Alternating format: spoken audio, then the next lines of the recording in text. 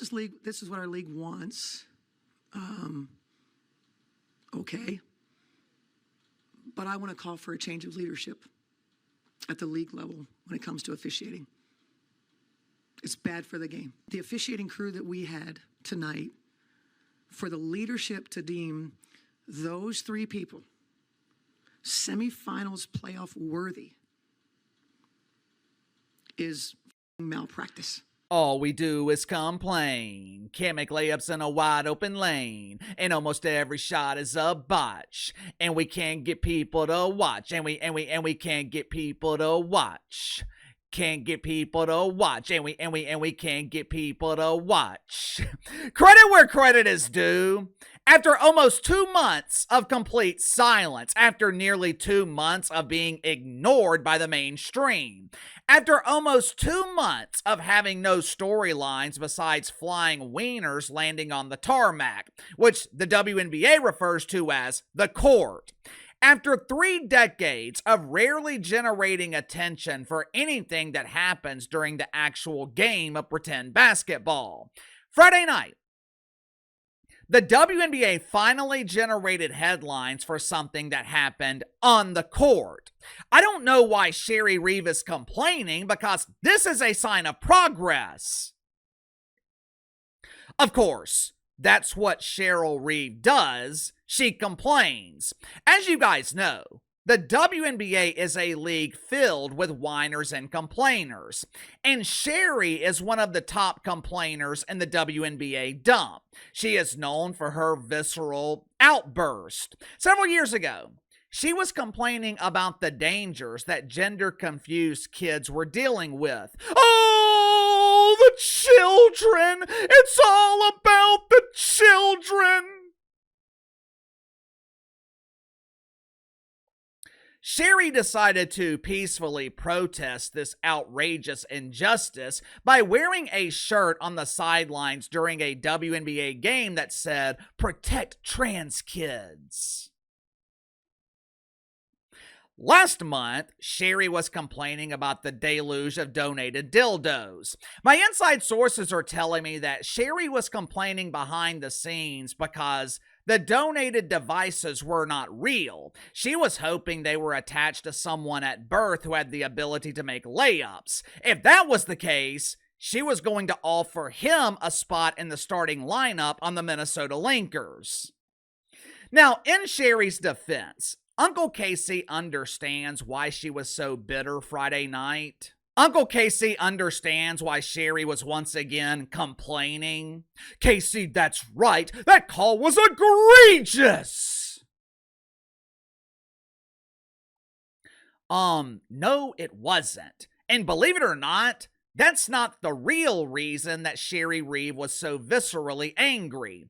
With the Lynx down 2-1, and with Napheesa Collier injured and possibly out for the rest of the series, Cheryl is upset because the Lynx' chance at securing off-season access to the Platinum Pooper is rapidly evaporating. Throughout the season, the Lynx were arguably the best team in pretend basketball. Sherry was looking forward to having access to the luxurious flusher. She was already planning design. She was going to paint a lovely rainbow flag on the lid. She'd already written detailed instructions for her players highlighting how to use it. You push down this magical lever and the water goes down the hole!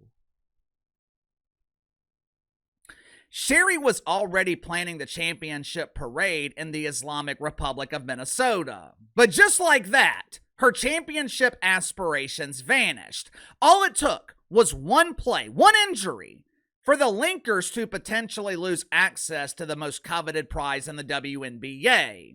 Friday night, the Lynx traveled to Phoenix to play the Masculines. Now, going into Game 3, this exciting series was tied 1-1. This matchup was so highly anticipated that the Masculines almost sold out the Phoenix Arena. Key word, almost. Late in the fourth quarter, the Lynx are inbounding the ball. Napheesa Collier makes a soft pass to an unknown player with pink hair or purple hair. Maybe it was a nice fuchsia. Hell, I don't know. I just know her hair was dyed with the latest color provided by Just for Men. Napheesa Collier gets the ball back from the unknown player inspired by Dennis Rodman. One of the masculines steals the miniature ball and miraculously makes a wide open layup in transition. According to Cheryl Reeve, this was an obvious foul. As you heard in the clip at the beginning of the video, Sherry is real mad. The Linkers lost the game and now she's real sad. Sherry unleashed a tirade on WNBA officials for what she believes is incompetence and malpractice. There's just one problem, one tiny problem. WNBA officials made the right call.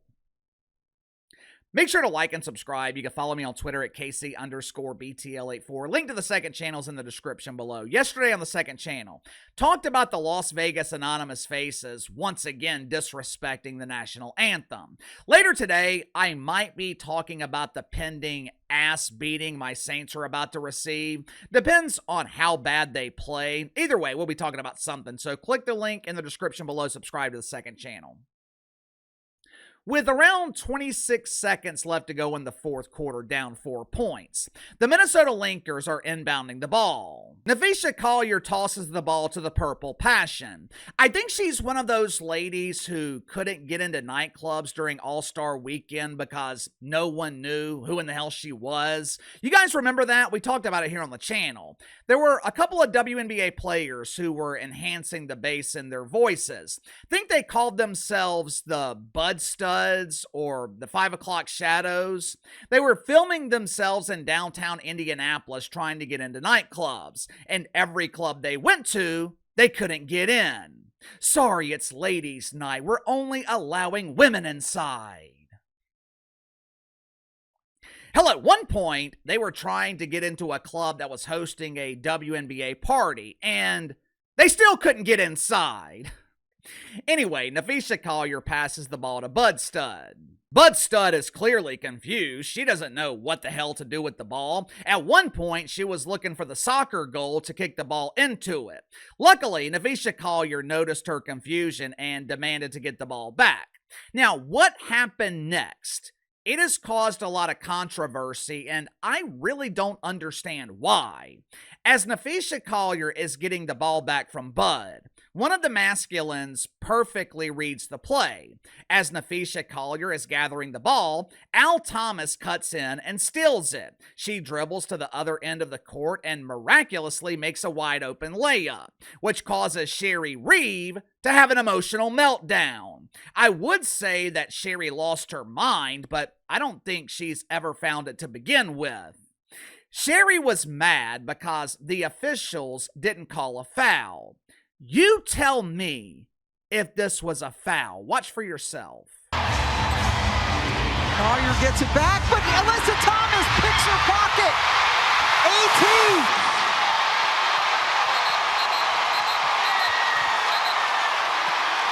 And Fee still on the floor.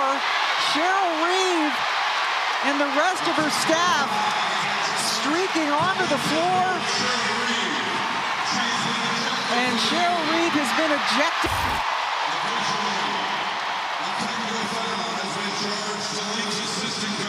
The tip was clean. I know fouls are subjective, and I know Cheryl Reeve was complaining about fouls throughout the game.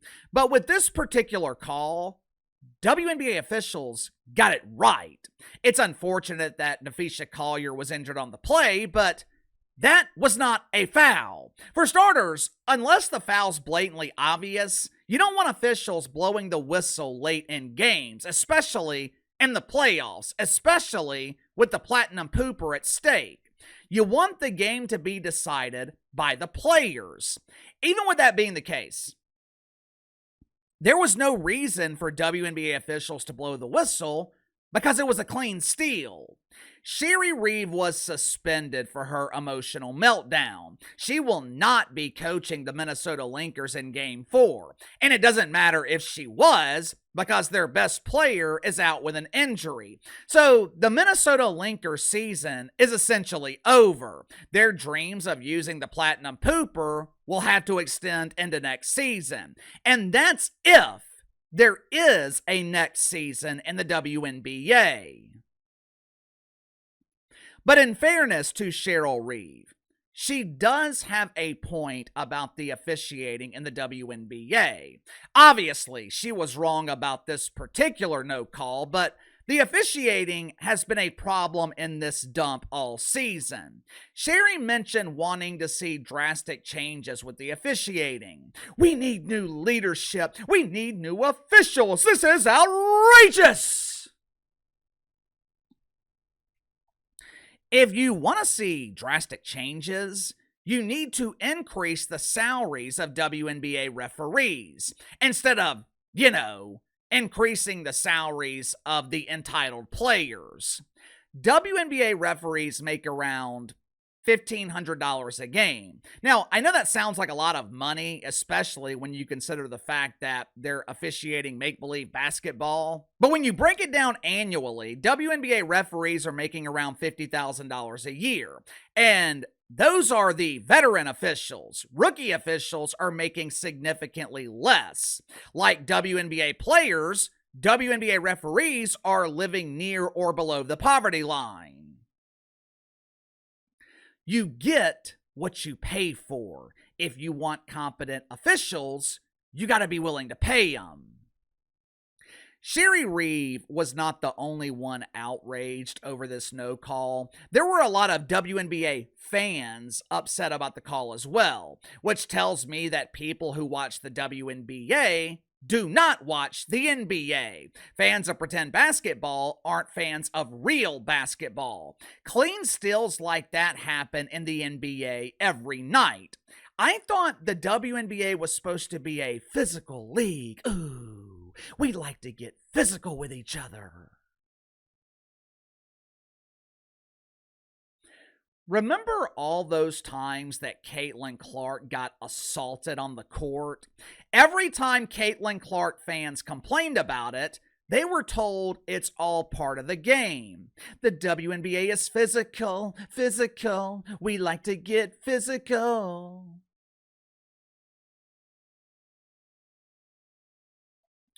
But when it happens to Napheesa Collier, all of a sudden, it's an injustice that a foul was not called. Someone please make it make sense. Sound off in the comments below. I'll see you guys later.